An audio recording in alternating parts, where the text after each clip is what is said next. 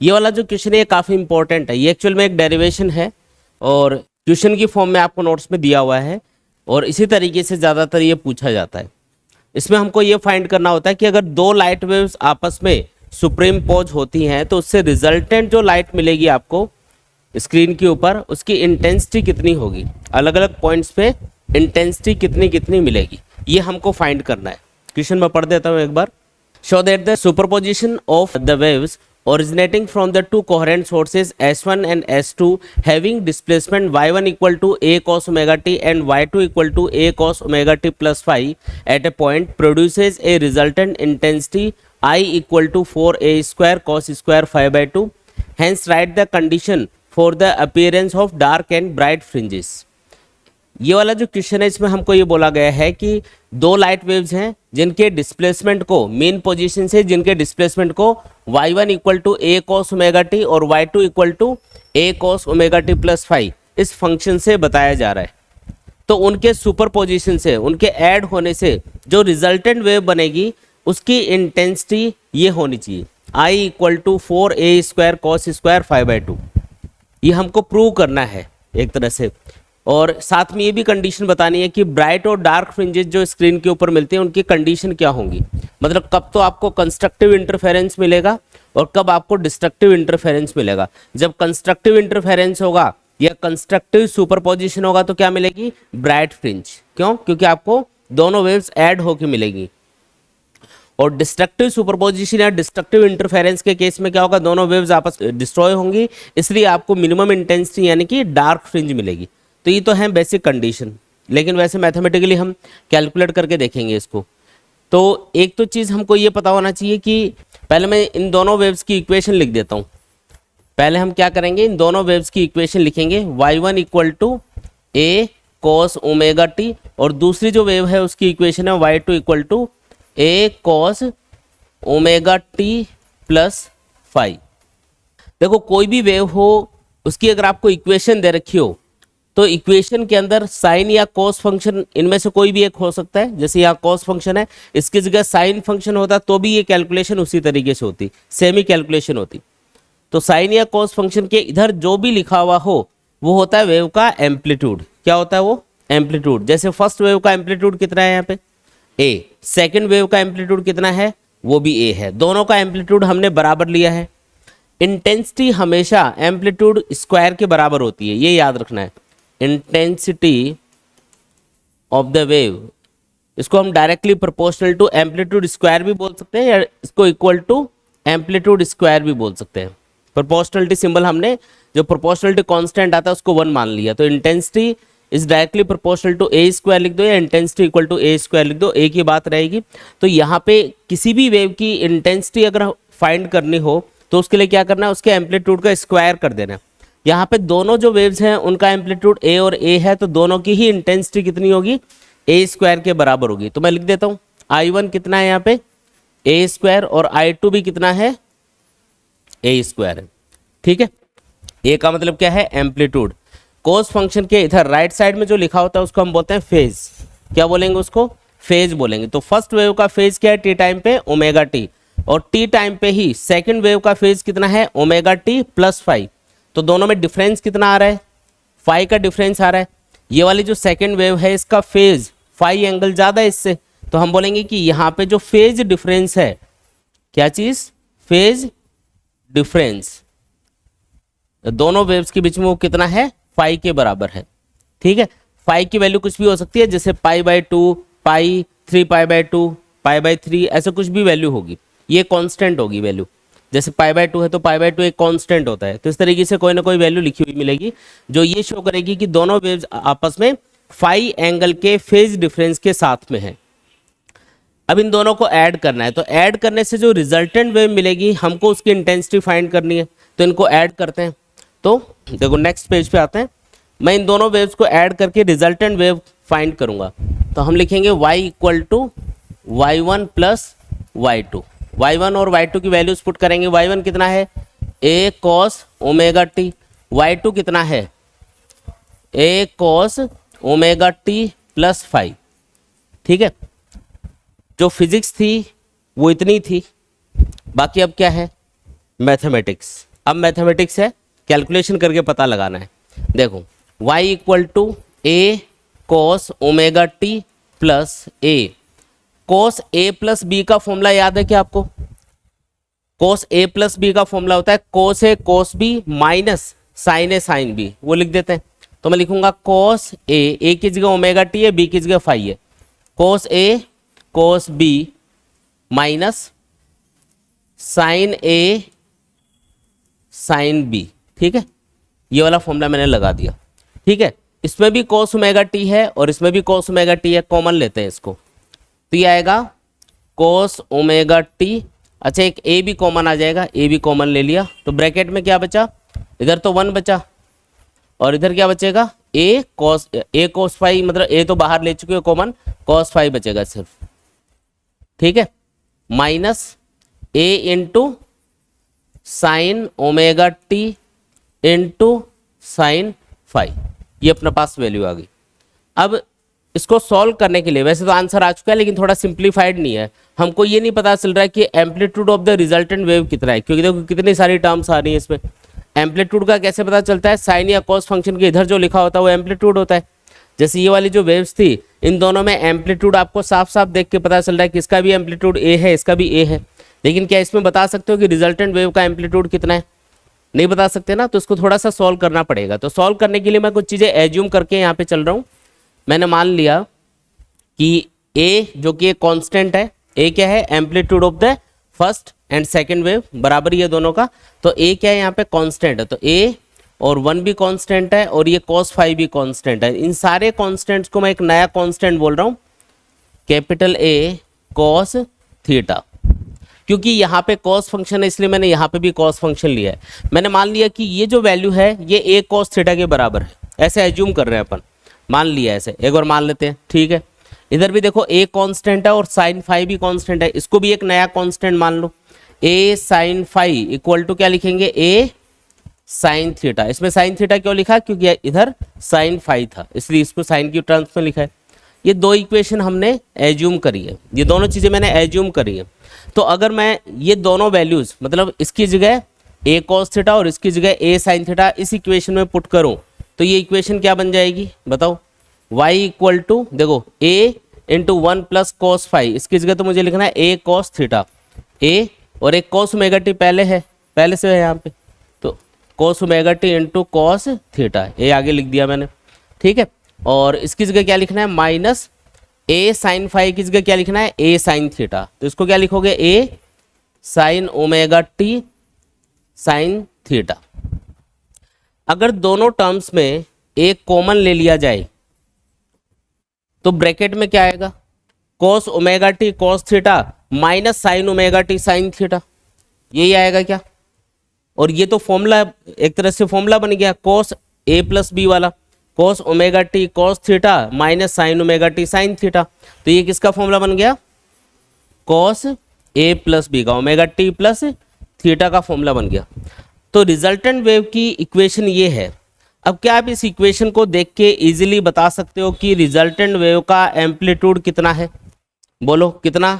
Capital A. तो अगर हम कैपिटल ए को फाइंड कर लेते हैं तो उसी को हम क्या बोलेंगे? रिजल्टेंट वेव का एम्पलीट्यूड बोलेंगे। और अगर आप उसका स्क्वायर कर दोगे तो अपने पास क्या आ जाएगी?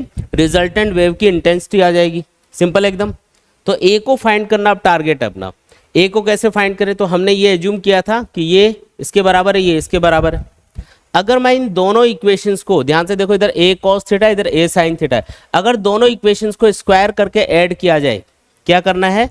By equation 1 square plus 2 square, दोनों का स्क्वायर करके मैंने ऐड कर लिया। तो इधर तो क्या आएगा? इधर मैं लिख देता हूं a square 1 plus cos phi square plus इधर आएगा a square sine square phi equal to, इधर क्या आएगा? a square cos square theta plus a square sine square theta, a square common ले लिया तो sine square theta plus cos square theta, ये आ गया ब्रैकेट में, जो कि कितना होता है? 1 होता है, तो ये तो 1 बन जाएगा। तो a स्क्वायर किसके बराबर आ गया? इधर लिख रहा हूं, a स्क्वायर किसके बराबर आ गया? बोलो, a स्क्वायर बराबर आ गया, ये तो 1 हो गया और ये इधर आएगा a स्क्वायर इंटू इसको भी ओपन कर देते हैं। अच्छा एक काम करते हैं, देखो ए स्क्वायर इसमें भी है इसमें भी है, कॉमन ले लिया जाए तो ये आएगा ब्रैकेट में 1 प्लस कॉस फाइव का स्क्वायर कर रहा हूँ, 1 plus cos square 5 plus 2 cos 5। A plus B का होल स्क्वायर क्या होता है, a square plus b square plus 2ab, वही लिखा देखो 1 का स्क्वायर 1, कॉस 5 का square cos square 5 plus 2 into 1 into cos 5, ये आ गया। और क्या बचा इधर, साइन स्क्वायर 5, ये भी ऐड कर लो क्योंकि ए स्क्वायर आप कॉमन लेके लिख रहे हो एक साथ, तो साइन स्क्वायर 5 यही आएगा, ए स्क्वायर इसके बराबर आएगा। अब a square equal to small a square into cos square 5 sine square 5, इन दोनों को ऐड करोगे तो क्या बनेगा, 1 बनेगा। तो एक 1 पहले से है तो 2, ये 2 हो गया ना, एक 1 पहले से और इसको मिलाओगे तो ये 1 बनेगा तो 2 हो गया, 2 प्लस 2 कॉस 5, 2 भी देखो कॉमन ले सकते हो, तो ए स्क्वायर इक्वल टू क्या आ गया, 2a square into 1 plus cos 5। अच्छा 1 प्लस कॉस 5 इसको आप लिख सकते हो 2 कॉस स्क्वायर 5/2, ये फॉर्मूला होता है मैथमेटिक्स में, आप इसको पढ़ोगे ना 1 प्लस कॉस थीटा, ये होता है 2 कॉस स्क्वायर थीटा/2, मतलब यहाँ पे जो एंगल होगा उसका आधा करना है। देखो ये मैं लिख के बताता हूँ, a square equal to 2a square, इसकी जगह आप क्या लिख सकते हो, अगर आपको ये फॉर्मूला याद नहीं है तो याद कर लेना, कॉस 2 थीटा का फॉर्मूला होता है उसको रीअरेंज करके लिखते हैं ऐसे, 1 प्लस कॉस 5 होगा 2 कॉस स्क्वायर और जो एंगल होता है उसका हाफ करना है यानी कि 5/2 आएगा। ठीक है, तो ये अपने पास आंसर आ गया। तो ये तो ए स्क्वायर की वैल्यू है, ए कितना होगा, ए भी बता दो, ए होगा देखो 2 इंटू 2 4 का अंडर रूट करोगे तो 2 आएगा, ए स्क्वायर से ए बाहर आएगा, ये आएगा कॉस स्क्वायर हट जाएगा 5/2, ये है रिजल्टेंट वेव का एम्पलीट्यूड, क्या आ गया अपने पास में, रिजल्टेंट वेव का एम्पलीट्यूड आ गया, और इसका स्क्वायर करेंगे तो अपने पास क्या आ जाएगा, intensity of the resultant wave. ठीक है, रिजल्टेंट वेव की इंटेंसिटी आई इक्वल टू हम लिख सकते हैं amplitude square equal to, square करोगे तो 4a स्क्वायर कॉस स्क्वायर 5/2, जो पहले भी लिखा था यहाँ पे।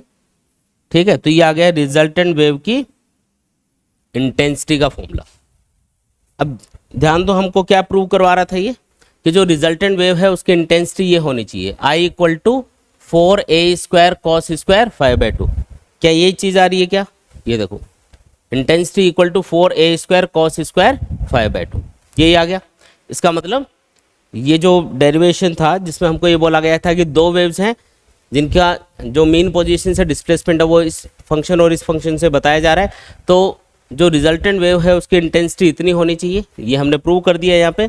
अब हम इससे एक दो चीज़ें और फाइंड करेंगे थोड़ा सा सिंपल करने के लिए चीज़ों को, है ना। तो ये तो हमारे पास एक कॉमन फॉर्मूला आ गया। अब जैसे आपको पूछ ले कि बताओ जो ब्राइट फ्रिंजेस बनेंगी स्क्रीन के ऊपर, जो भी इंटरफेरेंस में ब्राइट फ्रिंजेस बनती हैं उनकी इंटेंसिटी कितनी होगी, और जो डार्क फ्रिंजेस बनती हैं उनकी इंटेंसिटी कितनी होगी, ये आपको फाइंड कर ले। तो ये कैसे फाइंड करेंगे, तो पहले तो हमको ये पता होना चाहिए कि कब कब ब्राइट फ्रिंजेस बनती हैं, उसके लिए फेज डिफरेंस कितना कितना होना चाहिए, क्योंकि यहाँ पे बाकी चीज़ें कॉन्स्टेंट है। देखो 4 कॉन्स्टेंट है, ए यानी amplitude of the wave constant है, 5 मतलब फेज डिफरेंस। ये अलग अलग पोजीशन पे स्क्रीन के ऊपर अलग अलग पॉइंट पे जब लाइट वेव्स पहुंचेंगी तो उनके बीच में जो फेज डिफरेंस है वो अलग अलग होता रहेगा, तो ये यहाँ पे वेरिएबल है। बाकी 4 और a स्क्वायर कॉन्स्टेंट है, तो 5 के ऊपर ही सारी चीज़ डिपेंड करेगी कि रिजल्टेंट वेव की इंटेंसिटी उस पॉइंट के ऊपर कितनी मिलेगी। तो ये सारी की सारी चीज़ किस पे डिपेंड कर रही है, 5 पे डिपेंड कर रही है। तो 5 कितना होना चाहिए ताकि मैक्सिमम इंटेंसिटी मिले, 5 कितना होना चाहिए ताकि मिनिमम इंटेंसिटी मिले, ये हमको फाइंड करके देखना है। तो इस कंडीशन को चेक करेंगे अब। तो इसके लिए देखो मैं पहले तो ये बता देता हूँ कि कब आपको ब्राइट फ्रिंज मिलेगी और कब आपको डार्क फ्रिंज मिलेगी, इसकी कंडीशन चेक करेंगे हम लोग। मान लो कि ये एक वेव है और इसके साथ में किसी दूसरी वेव को ऐड होना है। अब वो दूसरी वेव भाई पहली वेव के साथ जब ऐड होगी तो किसी भी तरीके से ऐड हो सकती है, मतलब उसके बीच में कुछ फेज डिफरेंस हो सकता है, दोनों सेम फेज में हो सकती हैं, कैसे भी। लेकिन हमने यहाँ पे क्या लिखा है, condition for the bright fringe, मतलब हमको ब्राइटनेस मिलनी चाहिए, तो उसकी कंडीशन हमको फाइंड करनी है, मतलब हमको मैक्सिमम इंटेंसिटी मिलनी चाहिए, उसकी कंडीशन हमको बनानी है। तो मैक्सिमम इंटेंसिटी तो तभी मिलेगी जब दोनों वेव्स सेम फेज में सुपरइम्पोज होंगी। अगर दो लाइट वेव्स सेम फेज में सुपरइम्पोज होती है तो उससे आपको इंटेंसिटी क्या मिलती है, मैक्सिमम। और आपको ब्राइट फ्रिंज मिलेगी। तो ब्राइट फ्रिंज के लिए जरूरी कंडीशन ये हो गई कि जो दूसरी वेव है वो पहली वेव के साथ इस तरीके से सुपरिम्पोज होनी चाहिए कि दोनों सेम फेज में चले। सेम फेज में मतलब क्रस्ट से क्रस्ट मिलते रहे और ट्रफ से ट्रफ मिलते रहे, तो फिर क्या होगा, इसको बोलेंगे कंस्ट्रक्टिव सुपरपोजिशन। और इस कंडीशन में क्या होगा, मैक्सिमम इंटेंसिटी मिलेगी, मतलब आपको ब्राइट फ्रिंज मिलेगी।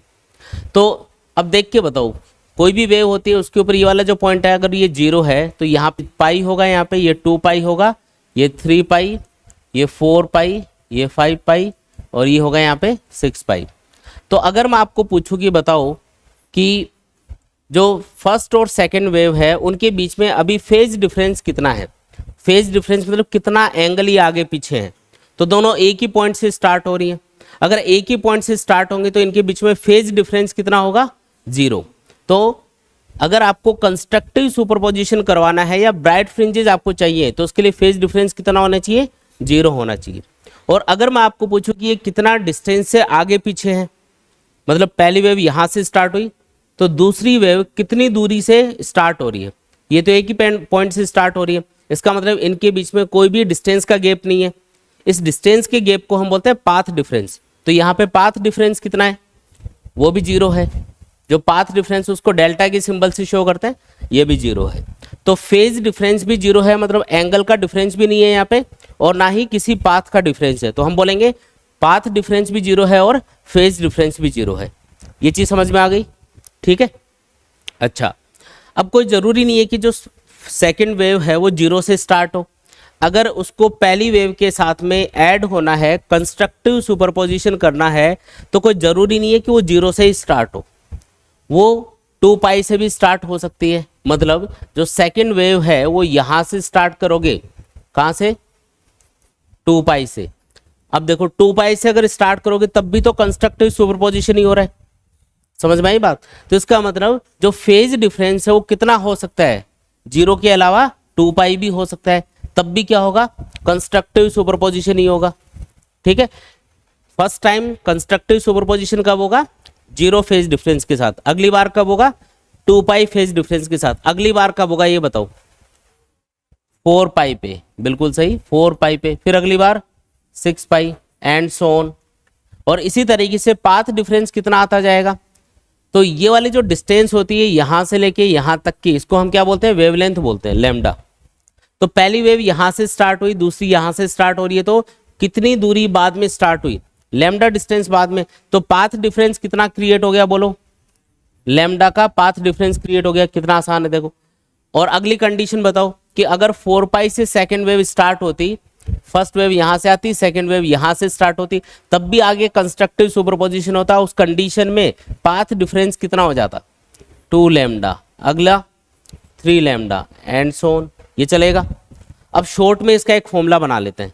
फेज डिफरेंस होना चाहिए, देखो 0, 2 पाई, 4 पाई ऐसा आ रहा है, मतलब 2n पाई के बराबर होना चाहिए और n की वैल्यू 0, 1, 2, 3 एंड सो ऑन, ऐसे कुछ भी हो सकती है। तो 0 पुट करोगे तो पहली कंडीशन आ जाएगी, 1 पुट करोगे तो सेकंड कंडीशन। इस तरीके से n की जो भी वैल्यूज आप पुट करते जाओगे उसके अकॉर्डिंग ये कंडीशंस आती जाएंगी अपने पास। इसी तरीके से पाथ डिफरेंस के लिए भी क्या लिख सकते हो, 0 लैम्डा, 2 लैम्डा, 3 लैम्डा, इसको हम लिख सकते हैं शॉर्ट में n लैम्डा।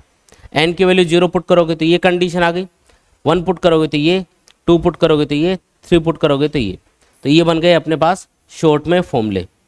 तो जब भी आपको बोले ना कि ब्राइट फ्रिंज चाहिए हमको या कंस्ट्रक्टिव सुपरपोजिशन होना चाहिए, तो उसके लिए जरूरी कंडीशन है कि फेज डिफरेंस कितना होना चाहिए, उसके लिए 2n पाई का, और पाथ डिफरेंस कितना होना चाहिए, n लैम्डा का। ये चीज़ अच्छे से समझ में आ गई क्या, इंपॉर्टेंट चीज़ है ये, ठीक है। इसी तरीके से अब दूसरा जो सुपरपोजिशन है वो है डिस्ट्रक्टिव सुपरपोजिशन, जिसमें आपको डार्क फ्रिंज मिलेगी। तो डार्क फ्रिंज बनने के लिए या डिस्ट्रक्टिव सुपरपोजिशन होने के लिए जरूरी कंडीशन क्या है, अब हम उसको चेक करेंगे। पहली वेव यहाँ से स्टार्ट हुई 0 से, ये पाई है, ये 2 पाई, 3 पाई, 4 पाई, ये 5 पाई, 6 पाई एंड सो ऑन, इस तरीके से, ठीक है।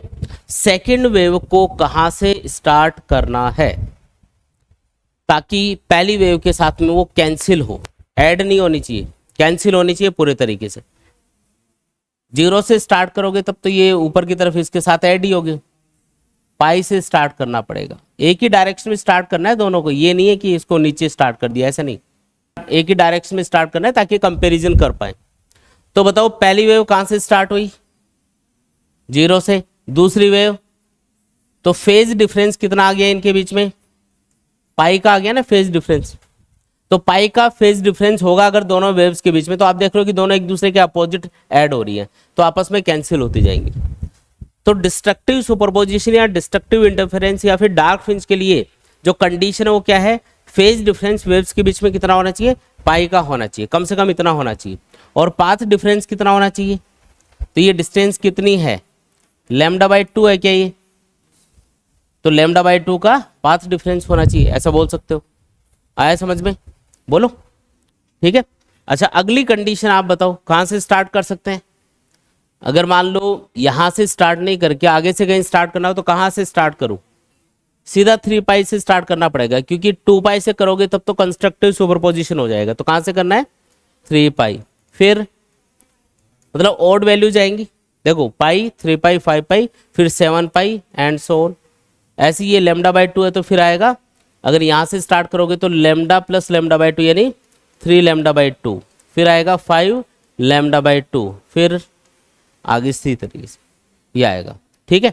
अच्छा जो फेज डिफरेंस है उसकी वैल्यू कितनी आएगी, ये पाई, 3 पाई, 5 पाई एंड सो ऑन। तो फेज डिफरेंस कितना आएगा, अगर मैं फॉर्मूला बनाऊं इसका तो उसको मैं लिख सकता हूं 2n - 1 इंटू पाई। क्या लिखा मैंने, 2n - 1 इंटू पाई। एन की वैल्यू 1 से स्टार्ट करनी है इस बार, 1 2 3 एंड सो 1 पुट करके देखो क्या बन रहा है।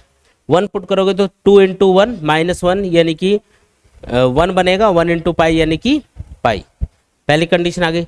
अब 2 पुट करके देखो तो 2 इंटू 2 -1 यानी कि 3 पाई बन जाएगा, समझ रहे हो, ये कंडीशन आती जा रही है। और पाथ डिफरेंस के लिए क्या बन जाएगी कंडीशन, बोलो 2n - 1 λ/2। इसमें वैल्यूज पुट कर करके देखो यही वैल्यूज आएंगी। एन की वैल्यू 1 पुट करोगे तो λ/2 बनेगा, 2 पुट करोगे तो 3 λ/2, 3 पुट करोगे तो 5 λ/2। तो ये बन गया डिस्ट्रक्टिव इंटरफेरेंस या जो डार्क फ्रिंज है उसके लिए कंडीशन का फॉर्मूला। एक तरह से ये कंडीशन होनी चाहिए, फेज डिफरेंस तो इतना होना चाहिए, पाथ डिफरेंस इतना होना चाहिए, तभी क्या होगा, डिस्ट्रक्टिव सुपरपोजिशन होगा या डार्क फ्रिंज बनेगी। और पाथ डिफरेंस अगर 2n पाई है या n लैम्डा के बराबर है पाथ डिफरेंस, तो उस कंडीशन में क्या होगा, कंस्ट्रक्टिव सुपरपोजिशन होगा और आपको ब्राइट फ्रिंज मिलेगी।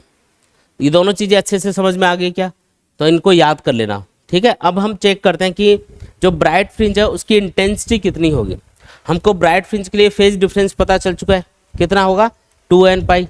तो इंटेंसिटी का फॉर्मूला जो अभी हमने डिराइव किया था कौन सा, I = 4a² cos² 5/2, इसको यूज करेंगे। और फाई की वैल्यू ये कंस्ट्रक्टिव और डिस्ट्रक्टिव इंटरफेरेंस के लिए या ब्राइट और डार्क फ्रिंज के लिए पुट करके सॉल्व कर लेंगे कि कितनी इंटेंसिटी मिलेगी। ये फॉर्मूला मैं यहाँ पे लिख देता हूँ। इंटेंसिटी का जो फॉर्मूला अभी हमने डिराइव किया था वो था 4a² cos² 5/2, ये तो है अपना फॉर्मूला, ठीक है। इस फॉर्मूले के अंदर आपको वैल्यूज पुट करनी है। देखो ब्राइट फ्रिंज के लिए देखते हैं, तो ब्राइट फ्रिंज की इंटेंसिटी कितनी होगी, तो 4a² cos², 5 की जगह क्या पुट करना है 2n पाई/2। अब देखो ये 2 से 2 कैंसिल होके n पाई बनेगा। अब n की वैल्यू चाहे आप 0 पुट करो, 1 पुट करो, 2 पुट करो, कैसे भी कोई भी वैल्यू पुट करो। अगर 0 पुट करोगे तो ये 0 बन जाएगा, cos 0 1 होता है। अगर आप इसको n की वैल्यू को 1 पुट करोगे तो ये पाई बनेगा, cos पाई की वैल्यू -1 होती है, लेकिन यहाँ पे स्क्वायर है cos का, तो ये अगेन +1 बन जाएगा।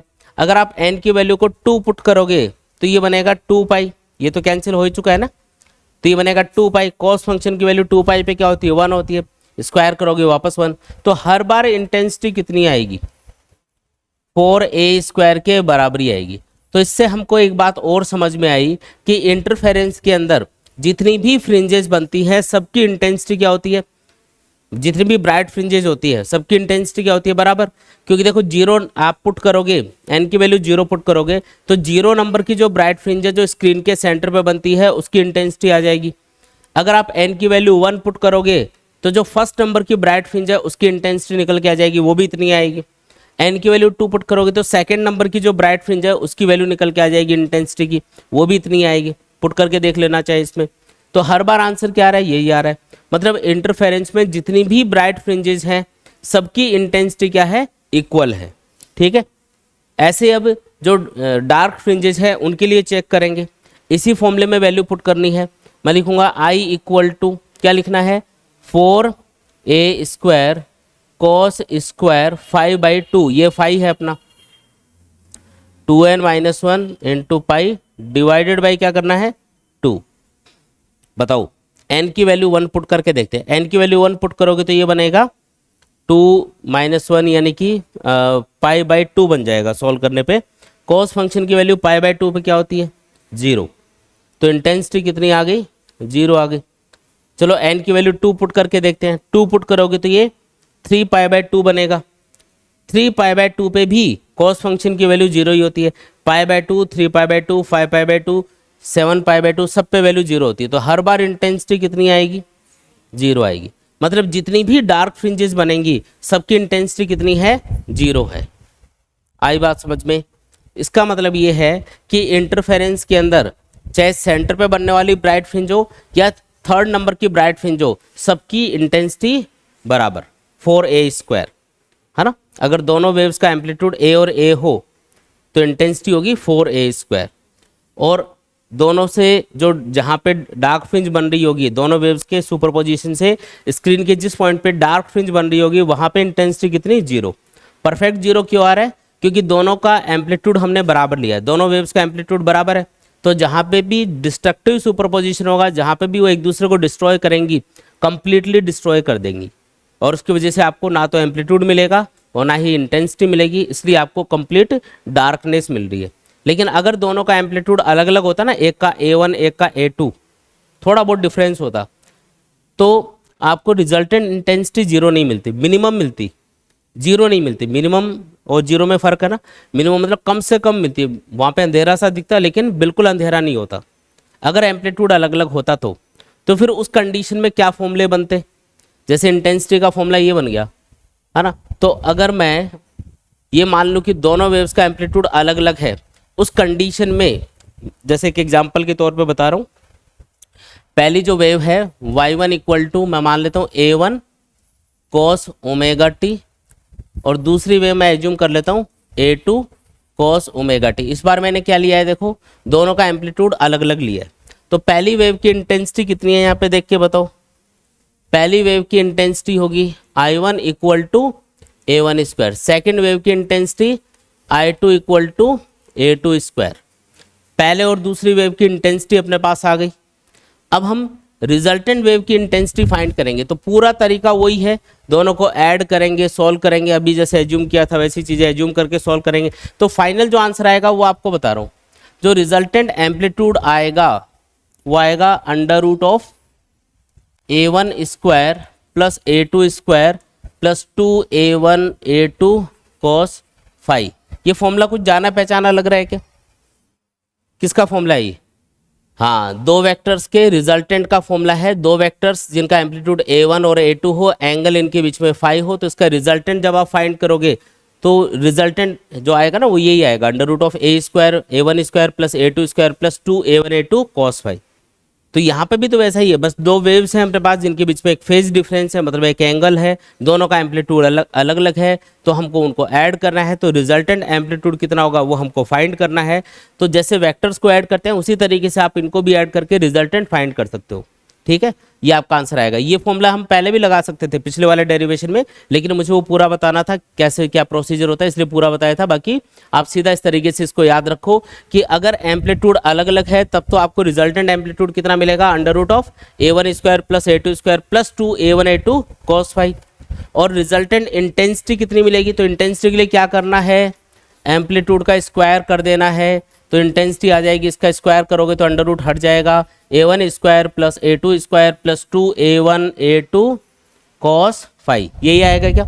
अब बता दो इसमें a1² को आप क्या लिख सकते हो, वहां से I1 लिख सकते हो, a2² को क्या लिख सकते हो, I2। सिर्फ a1 को क्या लिख सकते हो, √I1 लिख सकते हो क्या? और सिर्फ A2 को क्या लिख सकते हो, अंडर रूट I2, एक साथ लिख देते हैं under root I1 I2 into cos phi. तो ये आ गया अपने पास में रिजल्टेंट इंटेंसिटी का फॉर्मूला। ये तो रिजल्टेंट एम्पलीट्यूड का फॉर्मूला है। कब? जब दोनों वेव्स का एम्पलीट्यूड अलग अलग हो तब। अगर same amplitude A1 A2 A के बराबर है तो इसमें आप A1 और A2 की जगह A पुट करो, वापस वही फॉर्मूला आ जाएगा जो हमने पहले डिराइव किया था। और इसमें भी क्या करोगे, I1 I2 को I पुट करो तो रिजल्टेंट जो इंटेंसिटी है वो वही आ जाएगी जो पहले निकल के आ रही थी। ये तो एक स्पेशल केस था जो अभी हमने डिराइव किया कि दोनों वेव्स का एम्पलीट्यूड हमने बराबर लिया था। बाकी अलग अलग भी तो हो सकता है, थोड़ा बहुत डिफरेंस हो सकता है। बाकी आइडियल कंडीशन में इंटरफेरेंस को ऑब्जर्व करना हो तो एम्पलीट्यूड बराबर ही लेना चाहिए, बराबर होना चाहिए। लेकिन होता है कई बार कि प्रैक्टिकली जो इंटेंसिटी वो थोड़ी थोड़ी डिफरेंट होती है, तो उस कंडीशन में इस तरीके से हम कैलकुलेशन करके एम्पलीट्यूड और रिजल्टेंट इंटेंसिटी फाइंड कर सकते हैं। कई बार आपको फेज डिफरेंस पता होता है और पाथ डिफरेंस कैलकुलेट करना होता है, या पाथ डिफरेंस पता होता है फेज डिफरेंस कैलकुलेट करना होता है, तो उसमें भी एक रिलेशन आपस में। रिलेशन कैसे फाइंड करेंगे, देखो सिंपल से तरीके से बताता हूँ। ये कोई वेव है, इसमें दूसरी वेव ऐड हो रही है, सपोज करो ये 0 है, ये पाई है, ये 2 पाई, ये 3 पाई। दूसरी वेव मान लो यहाँ से ऐड कर रहा हूँ मैं, कौन से पॉइंट से ऐड किया, 2 पाई से ऐड किया। तो इनके बीच में कितना फेज डिफरेंस आ गया, 2 पाई का। और पाथ डिफरेंस कितना आ गया इनके बीच में, लैम्डा का। ठीक है, तो जब फेज डिफरेंस कितना है, 2 पाई का, तो पाथ डिफरेंस कितना है, बोलो, लैम्डा है ना। तो ये इनके बीच का रिलेशन है, phase difference upon 2 pi equal to path difference upon lambda. जैसे अगर पाथ डिफरेंस गिवन है, फेज डिफरेंस फाइंड करना है, तो क्या करोगे, 2 पाई को इधर मल्टीप्लाई कर देना, 2 pi by lambda into path difference. और अगर फेज डिफरेंस पता है, पाथ डिफरेंस कैलकुलेट करना है, तो लैम्डा इधर ले आना, lambda upon 2 pi into phase difference. ये किसके बराबर होगा, पाथ डिफरेंस के बराबर होगा। अगर कंस्ट्रक्टिव या डिस्ट्रक्टिव सुपरपोजिशन या कंस्ट्रक्टिव इंटरफेरेंस या डिस्ट्रक्टिव इंटरफेरेंस या फिर ब्राइट फ्रिंज या डार्क फ्रिंज की कंडीशंस पता करनी हो तो वो फॉर्मूले याद करने हैं। अगर ब्राइट फ्रिंज आपको चाहिए तो उसके लिए फेज डिफरेंस कितना होना चाहिए, 2n पाई, और पाथ डिफरेंस कितना होना चाहिए, n लैम्डा। ये तो नींद में भी याद होना चाहिए, ऐसी चीज़ है, याद होना चाहिए अच्छे से। ठीक है, और अगर डार्क फ्रिंज बननी है तो उसके लिए कंडीशन क्या होनी चाहिए, फेज डिफरेंस कितना, 2n माइनस 1 इंटू पाई, और पाथ डिफरेंस कितना, 2n माइनस 1 लैम्डा बाई 2। कोई रात को उठा के 2 बजे नींद में भी पूछे तो अपन को याद होनी चाहिए, दोनों फॉर्मूले काफ़ी इंपॉर्टेंट है। कितने बजे उठा के पूछे, 2 बजे। ठीक है, बात समझ में आ गई। चलो, इसके बाद में ये आपको बताया कि अलग अलग अगर एम्पलीट्यूड है तब क्या करना है, ये फॉर्मूले यूज़ कर लेने हैं। न्यूमेरिकल्स वगैरह में ये फॉर्मूले यूज़ कर सकते हो। ठीक है, फेज डिफरेंस और पाथ डिफरेंस में ये रिलेशन है, ये भी याद रखना है, इंपॉर्टेंट है। ठीक।